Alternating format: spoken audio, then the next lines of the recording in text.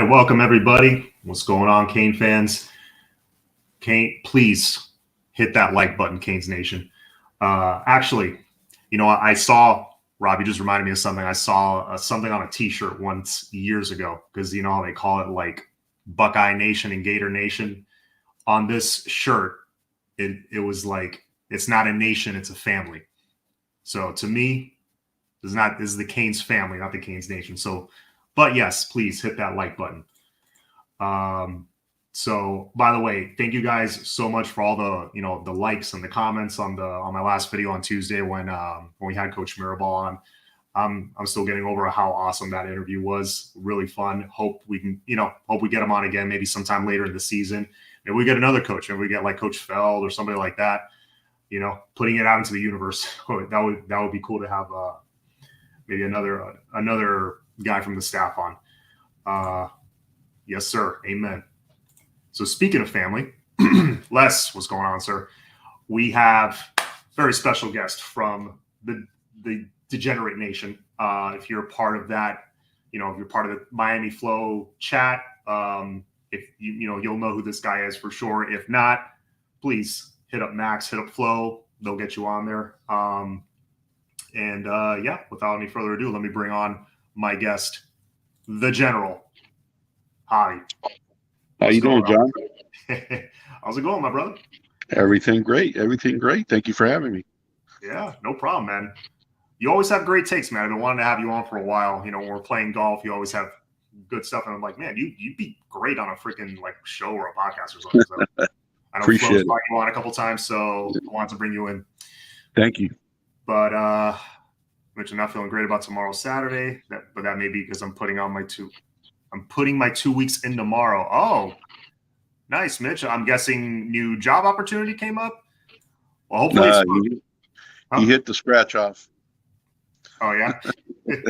Well, hopefully, I'm guessing it's for a good reason that you're putting in your 2 weeks. If it is, congratulations. Yeah. So we got a couple of big commits. Possible commitments coming up. We got if I'm not mistaken, tomorrow Jaylen Brown is announcing, who's one of the top wide receivers in the nation. And we're there's rumors about whether he's gonna go with Miami or gonna go with, I'm forgetting off the top of my head who the schools that are trying to get him are. It's Miami, Florida State. I want to say Bama's in there, because they're Bama. I want to say Michigan's in there too. But yeah, he'd be a great one to get. I know I heard some things about drops being an issue, but he's got elite speed, man. I don't know, is that a take for you, Jaylen Brown? I would take him just for the speed aspect. I mean, you can't teach speed. It's a gift that was given to you, and you can't have enough speed on the team. Yeah, I agree, man. That's elite speed like that. I mean, you can teach other things like a Philip Dorsett. Philip Dorsett had elite track speed, and he parlayed that into a first-round pick. And that last season, I think he averaged like 30-something yards a catch. So, which is ridiculous. That's ridiculous. Of course, early on, he had that drop against Notre Dame, and everybody remembers that. But really, after that, he got embarrassed once, and that was it. Yep. Brown, LSU looks like. Yeah, I'm hearing he's leaning LSU. Also hearing, I think College Achiampong is announcing tomorrow. Jaden Wayne, I think, is announcing Saturday. So you got some big ones. I'm thinking, how are you feeling about the other two? I'm thinking at least one of the other two. I think it's going to be a very interesting weekend.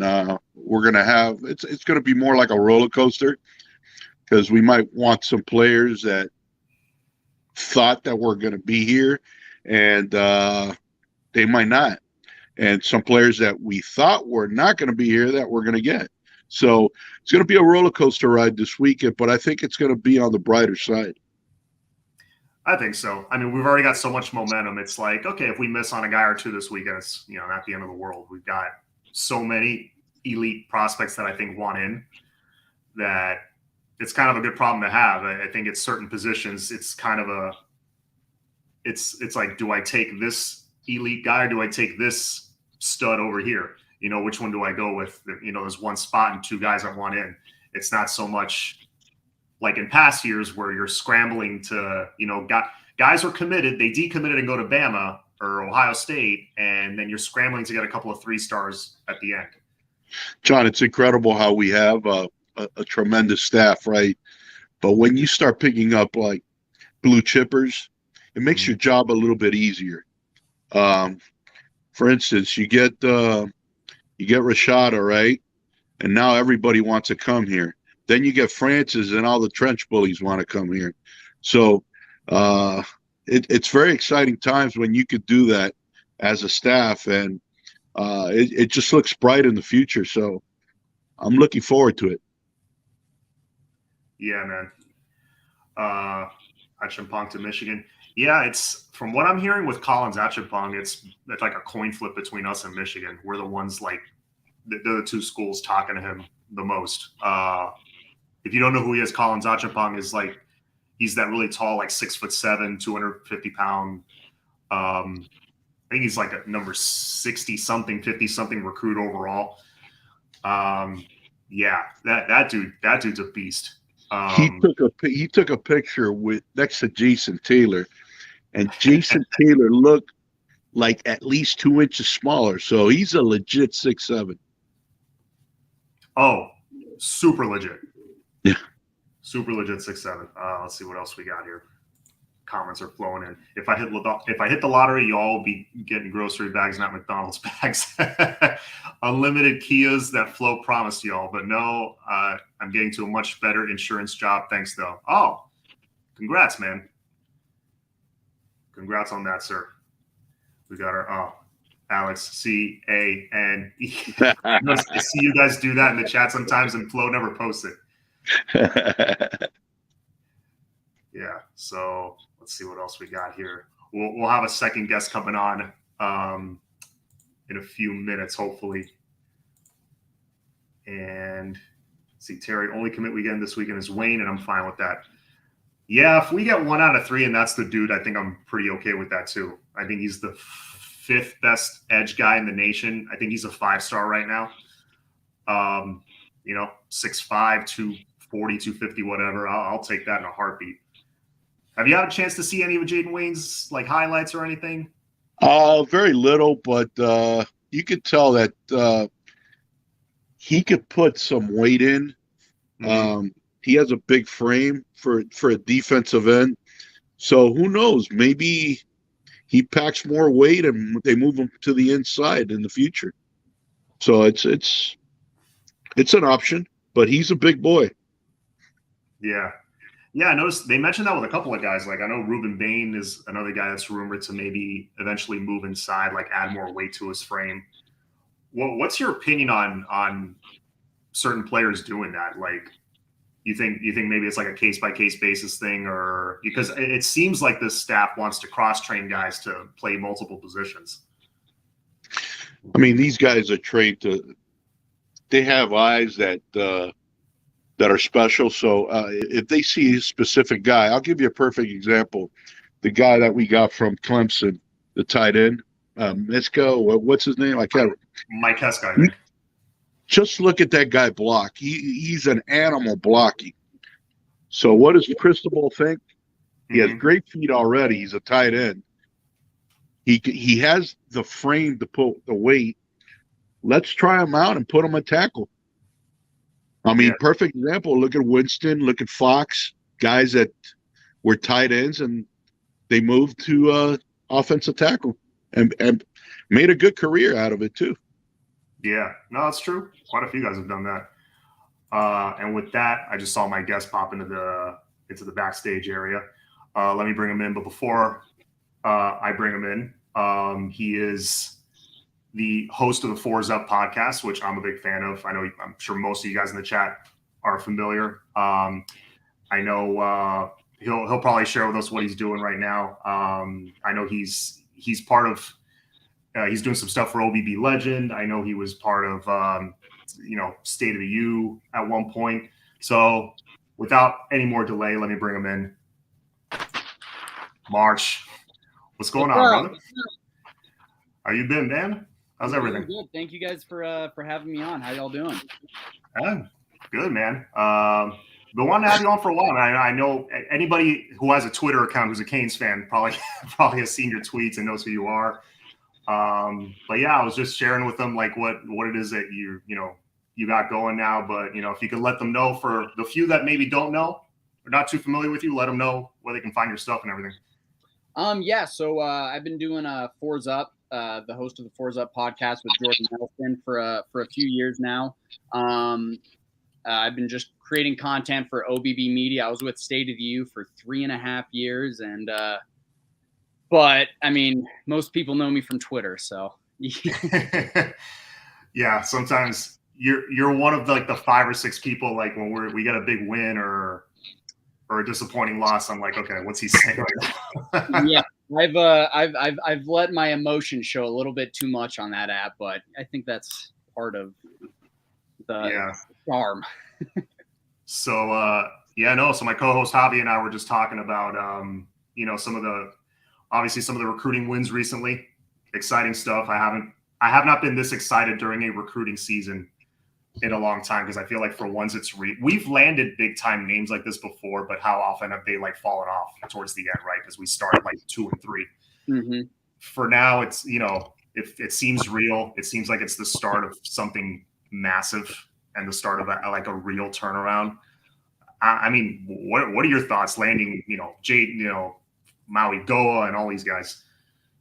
I mean, really, just this whole offseason has been kind of something that, some of us younger Canes fans that have never been able to see Miami make these kind of moves. It's just a new experience for us. And especially this past weekend or on Monday with Francis Mauigoa committing on Monday. I say that that is our biggest recruiting win in 10 plus years, honestly, just because, I mean, you see how our offensive line has struggled, and you really see how much of a difference it can make. But I mean, as far as the whole package, as for this offseason, I think Jaden Rashada was huge. I think keeping Robbie Washington home was very big. And we're not done yet. That's the coolest part. I think this coaching staff has done an incredible job at selling the future of Miami and what this program can accomplish in the next few years.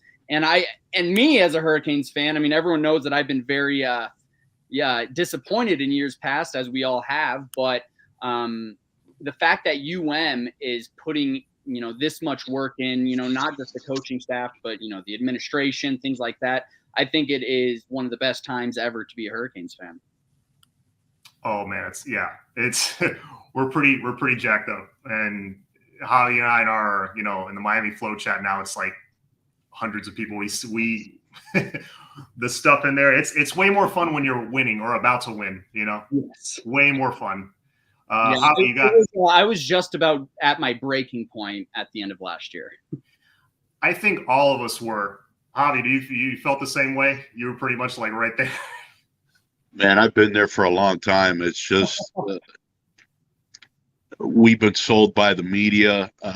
They kept on throwing us a cactus, but painting it as a rose, and we were basically putting water over it, and it's a matter of time where we got stung by one of those spikes on the cactus, and finally we woke up and saw what we really had. Yeah, man. No, it's crazy. Over the years, it's like how much we've been lied to. I won't even get into that. But what keeps coming to mind is, and I have a lot of respect for Coach Shannon, what he was able to accomplish here. But, during those eras, we heard about all the records they were setting in the weight room and all that stuff in the off season. I don't know if you guys remember all that stuff, but yeah, it did not end up playing out on the field. Marsh, you froze up for a second. Are you still there? Yeah. There you are. Okay. So we got a couple of, guys announcing the next couple of days. These obviously would be even more big recruiting wins, but some, I feel of the 3, I feel great about one of them. And really I'm good with that. If we get 1 out of 3, that's fine with me. I'll start with you, Marsh. Like I know Jaylen Brown, Collins Akipong, and who was the other? And Jaden Wayne, I think, are the big ones committing in the next few days here. How do you feel about some of these guys? If you don't mind me asking. I'm probably in the same boat as you. I think Miami goes one of three, honestly. I feel the most confident about Jaden Wayne. If you would have asked me 2 months ago, I probably would have been the most confident about Jaylen Brown. But the thing is, I really trust this staff and their evaluations, especially with the Alonzo Highsmith hire and everything. I think Jaden Wayne is an incredible talent. He's announcing on Saturday, and I think I'm pretty confident about him. Collins, I think he has a tremendous upside. But when he announced that he was changing his commitment date, I kind of got a little less optimistic, to be completely honest. And then Jaylen Brown, the LSU and Michigan, I have no idea about that, but I'm not as confident as probably we would like to be about him. But and I know that some fans are going to freak out on Twitter about it. But if we only go 1 for 3, but you also have to think about how much progress and headway this staff is making. So yeah, for sure. So Saturday. So yeah, Jaden Wayne I think announces Saturday. Yeah, if I had to put it on a scale of 1 to 10, I would say like a 7.5 right now. Mm-hmm. I don't know if you guys agree. How do you agree? Yeah, I do. Yeah, I do. 7. From what I'm hearing, that's the of the 3, that's the favorite. And again, 5-star DN. When was the last time we had, aside from Jalen Phillips? I think when was the last time we had one of those? It's been a while. When was the last time we landed one ourselves? Oh, yeah, that's right. Because Phillips was a transfer. We didn't even land him. Yeah. I have no idea. Yeah. Question: what do you think about the O-line Mario is putting together?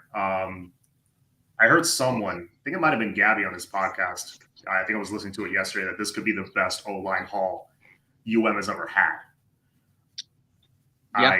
Yeah. Marge, what do you think about that? Well, I was actually listening to that podcast on the way home from work today, and not only did he say that, I mean, he thinks that this could potentially be, the best offensive line recruiting haul in the country, which is insane to me, because for the last few years, our offensive line recruiting has just been kind of, I don't want to say disappointing, but it's been, it hasn't been as good as some of us would have liked to be. But I mean, if you can land Sampson, if you can get Monroe Freeling and, Kinsler, I think there's several options that could potentially fill that, fill the gap in making this one of the best recruiting classes as far as offensive line in the country.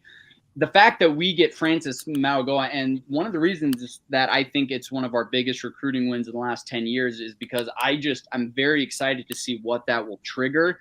Because, elite players want to play with elite players, dogs want to play with dogs.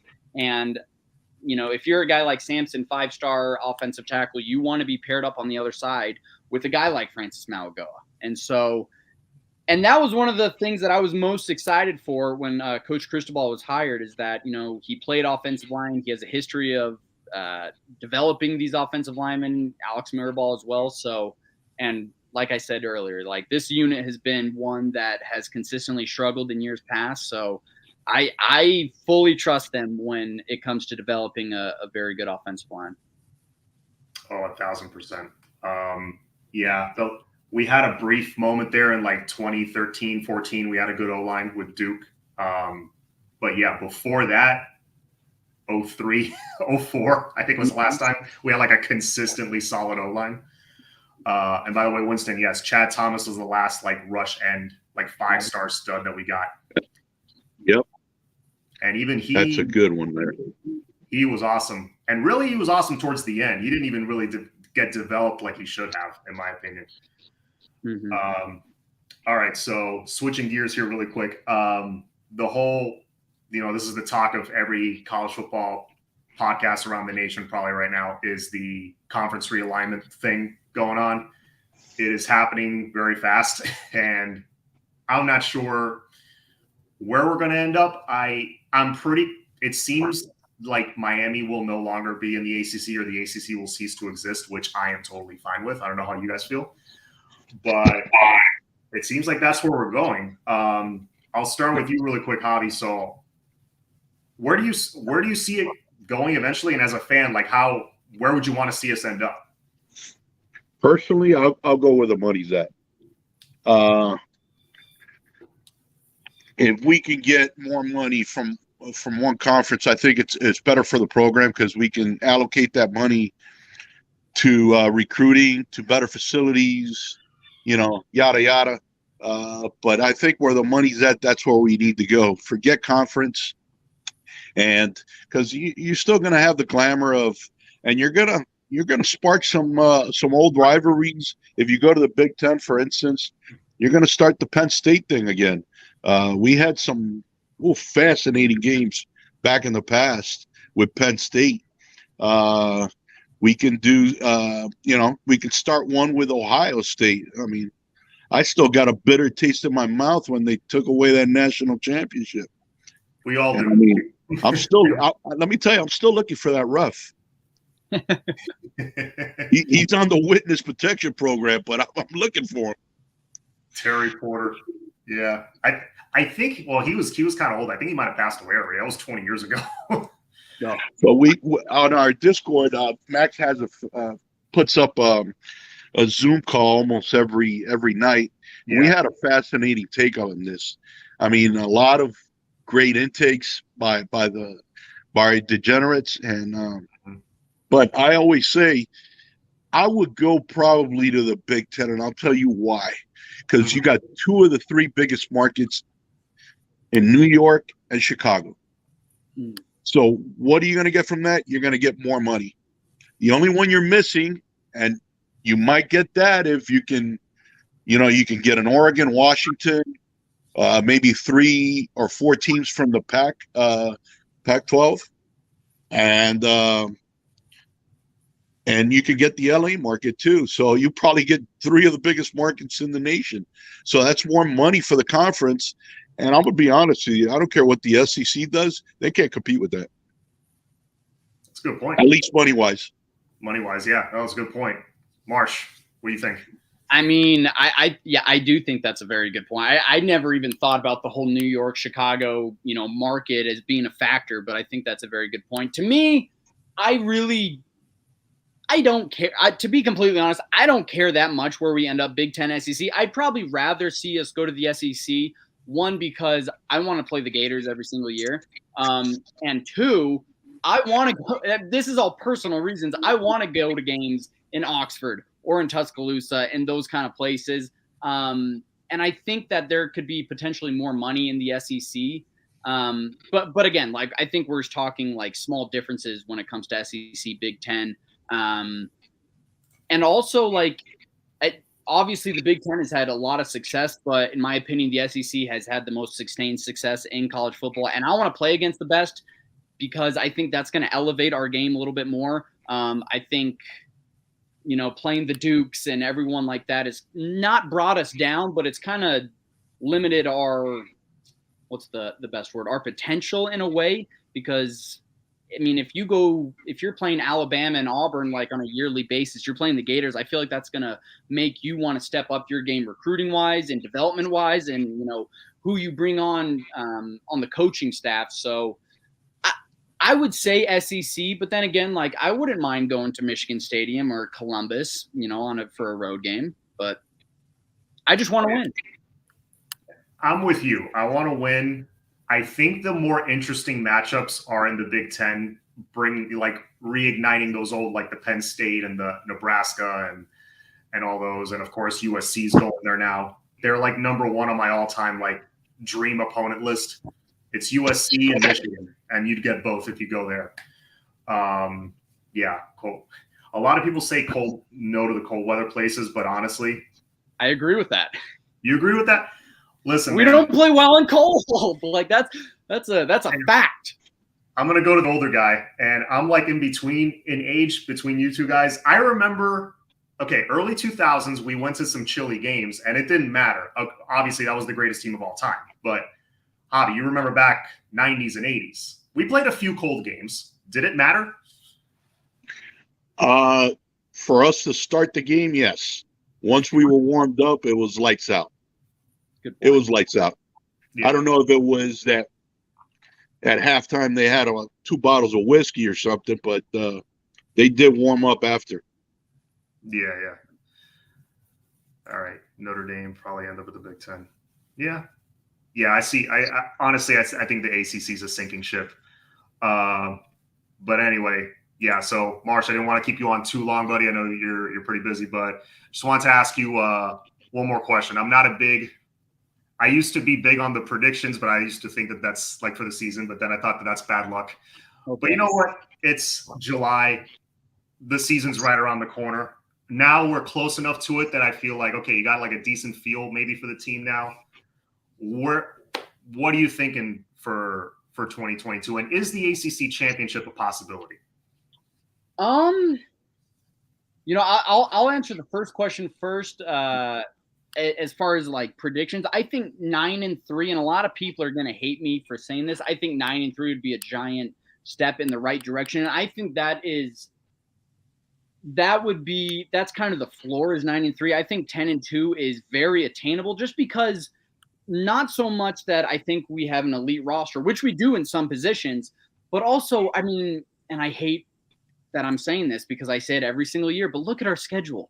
Like, besides at Texas A&M, at Clemson, you can't tell me a team that you really think could beat us during the season. I think, Tyler Van Dyke coming back, Zion Nelson, who like a lot of people are not talking about as much of a factor as he's going to be. I think the secondary is going to be more improved. I think the offensive line and defensive line is going to be much improved. I mean, you bring in a guy like Akeem Mesidor.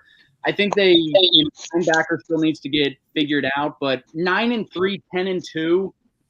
And as far as the ACC championship goes, I just want to see if DJ is going to step up for at quarterback for Clemson.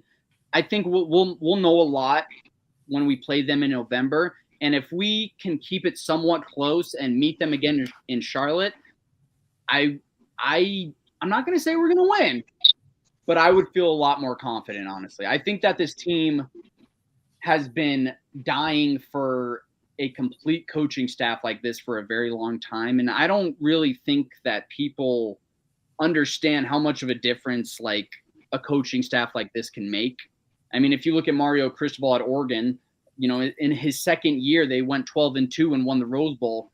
2 years before he was hired as a head coach, they were going like 4-8, I believe.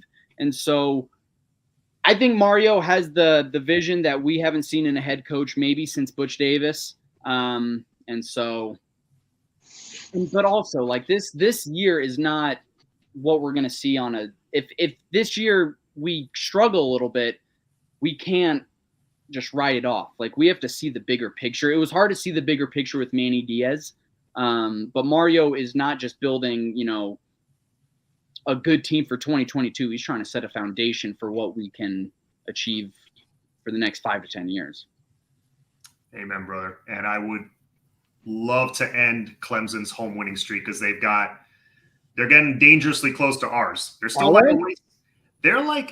they got a ways to go, but I think they're like at 31 or 32, which is impressive. Yeah. But how good would it be to be the team that ends it? That would be. I hate them, so I absolutely love it. I absolutely hate Clemson. Yeah, a lot of us do. But Marsh, thanks for taking 15, 20 minutes to hop on with us. I've always liked your show. I like your insights. So Fours Up Podcast, go check him out. He and his co-host Jordan, they always have good stuff to talk about. So yeah, man, I appreciate it. Thank you for coming on. Hey, thank you so much for having me, guys. Have a good one. Yeah, no problem. All right, Marsh, good dude, man. But yeah, there you have it. I like his prediction. I think it's realistic, but it's even like you look at 9-3 and you're like, it's mediocre or whatever. We're still looking at it with like being lifelong Cane fans, and we want dominance. Look, 9-3 is probably a coastal championship. 9-3 is not something we do consistently. We do like 7-6 consistently. And honestly, if you look at the schedule just on names, yeah, there's no marquee games. There's like 2. But look, the quarterback situations on a lot of these ACC teams have improved. Brennan Armstrong at Virginia is very good. Virginia Tech, they got a new coach, and it's in Blacksburg. North Carolina, I think we're going to kill. I think they've lost too many people. But it's Mac Brown, you know. Look, there's going to be some tougher games, but you know what? It's not going to be like 2017 where every game was a squeaker. There's going to be some games where we dominate, and there's going to be freshmen in there and mop-up duty in the fourth quarter. I think it's going to be a little bit different. Sorry, what were you going to say? No. Pittsburgh is not too shabby. I mean, they lost a first-round quarterback, and they're getting a star quarterback from USC. And they're at the end of the season. We always kind of like coast to that last game of the season because it's usually like an easy game. That's the team I hate to play. That team probably is one of the best well-coached teams in the nation, or at least in the ACC. I mean, with the defensive line coach, their head coach, I mean, those guys are well prepared every time. That is the best defensive-minded staff, I think, in the conference. Because I mean, Clemson lost Venables, so. John, so one of the things that we talked about the realignment, what do you do with the schools that don't qualify for this? You're going to have a lot of football programs that are not in super conferences. And so what are those schools going to do? Are they going to shut it down? What's going to happen to the kids that have scholarships? Do they lose scholarships? I mean, that's the question that we need to start asking. Do we make another big conference where you can allocate these teams, right? And it's like a subdivision where, for instance, if we have 2 super conferences, 4 divisions in each super conference, and let's just say, I'm throwing a number there, but 6 teams in each division, right? And you get the 2 worst that year, and you send them back to that minor league conference, and you pick the best 8 teams or the best 16 teams to fill in the super conferences. Something more or less like what the Europeans do in soccer. I think that will be fair for every college team in America. The kids still have scholarships, and we got almost every team in the nation not losing a team. Yeah, I love that idea. I remember I spoke about that with Max at one point. Like they do that in soccer. They do that if you played if you're a gamer like me. Well, I was when I was younger. It was a game called Blitz the League, and it was a 3-tier league, like a fictional league, and like the number 1 team in tier 3 would play the last team in tier 2, and whoever, if tier 3 won, they would switch places basically. Yeah. I love that idea. I love doing something like that. Take the bottom 4 and top 4 and they play each other. I love it. You're just putting pressure on every team in the division and the conference to win. If you don't win, you go back to the minors. No, and you know what? Those games at the end of the season matter. Now, playing in the Outback Bowl, you don't have half your team sitting out because they might get drafted, Yep. Yeah. And what you do is basically you get you get the 8 teams in each of the super conferences, get a 16-team playoff, right? You get the let's just say the Big Ten and the SEC. So you get the number 1 seed in the Big Ten, right, to play the 8th seed in the SEC for the first round of the playoffs, and vice versa. You know what I mean? And you keep on going down until you start eliminating the teams. Yeah, I like that idea. You're going to add a lot more games to the schedule, but maybe not. You could do it so that you don't add too much more. No. And I'll tell you what, if you're going to do super conferences, you have to have a super league. So if they're going to do this, they're going to have to at least put 100-man roster, just to have depth and quality players just in case they start going down.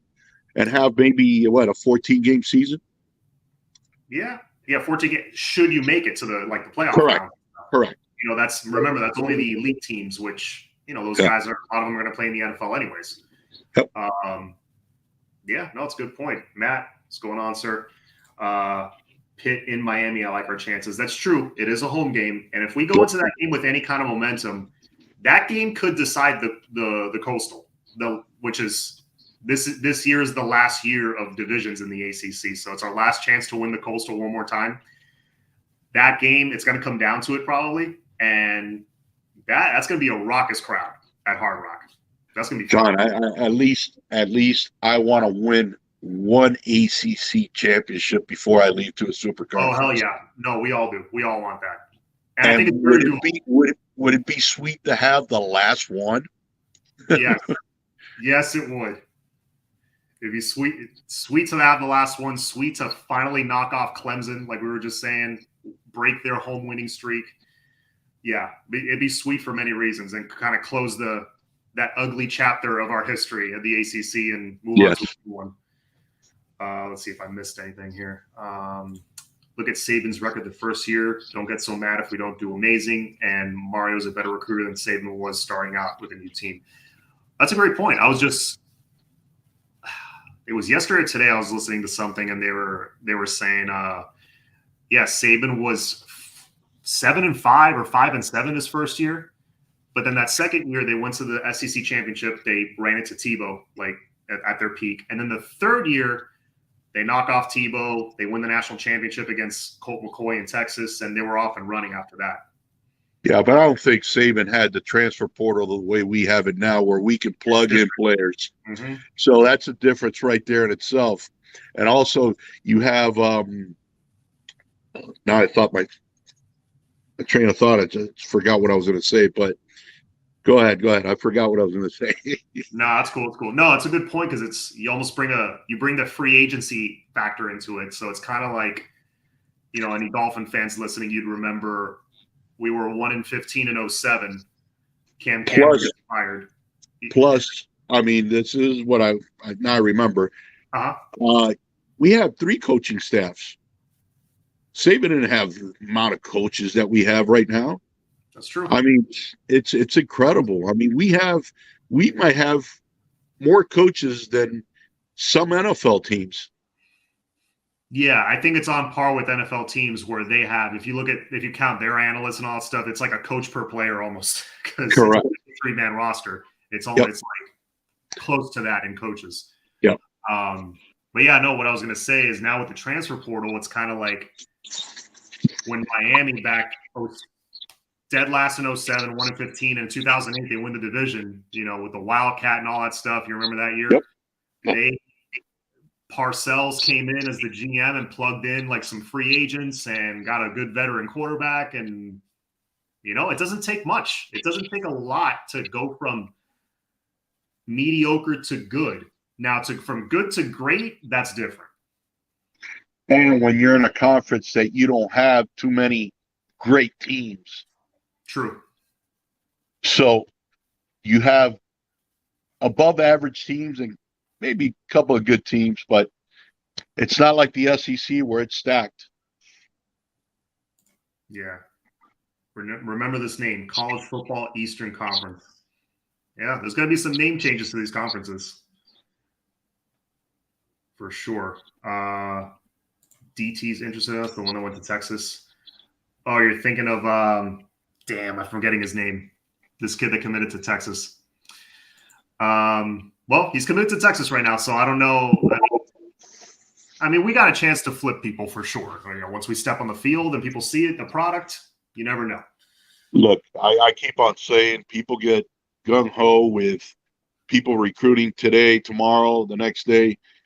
In December, when they got to sign on the dotted line, that's when I get amped up. I mean, these guys' bags can be thrown in on a regular basis and kids change their minds. So when December comes, that's when I get excited. Oh, yeah, absolutely. Let's see what else we got here. Can someone tell me if Mango is on it. Wait, let me read that again. Can someone tell me if mango with vinegar and lemon pepper on it actually a thing in Miami? Never That's heard not about that. Okay. Oh, I think the last staff would prepare that for the players after they worked out or something. I remember seeing like on a YouTube video or something. Wow. Okay. That's Maybe not. that's why they did poorly. Yeah, maybe. It's not a Miami. It's not a Miami thing specifically. No, it's not really. No, Coach Cristobal's giving the coaches Cuban coffee. That's a Miami thing. Yeah, definitely. You know about Jacoby Lane, if we are recruiting him. I'm not too familiar with Jacoby Lane, so I'm going to have to go back to the recruiting board and look him up and look up his tape.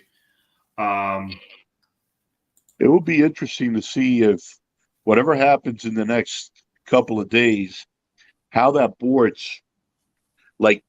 It's like musical chairs. It'll be shuffled around, and then this guy goes to the top. This guy, so it'll be interesting. It'll be interesting. Yeah, John A. Black was eating one of those on his podcast. Okay, all right. Anyway, so all right, 42 minutes in. There's 98 in the chat. Thank you guys again. Please hit that like button and hit that subscribe button. No, I think we'll keep it short today. Yeah, man. Anything else you wanted to add? No, just for anybody that's out there, we have this Discord channel where all the degenerates are, and if anything, you can hit up John, and John will direct you to the right man, which is Max, and you can join that Discord. It's a whole world in itself, and just it's fun. It's fun, you know. Very nice family that we have there. Absolutely. Yeah, it's going like throughout all hours of the night. It's insane. Yeah. It's like 3 shifts. Yeah. But anyways, man, General, appreciate you for coming on. As always, you give me up knowledge of this team and everything. So wanted to bring you having me, and just want to tell you, you're doing a fantastic job out there. That show on Tuesday, woo, man, I'm telling you right now, they're still talking about it. And if Maribel is seeing this, I'm one of your biggest fans. I'm one of the guys that appreciates the Hogs. So thank you for being on John's show. You made a lot of people happy, including myself. Yeah. Double thank you from me to you, Alex, if you're listening. So, yeah, man. So, General, thank you again for coming on. Marsh, if you're listening, thank you also for coming on. He was great.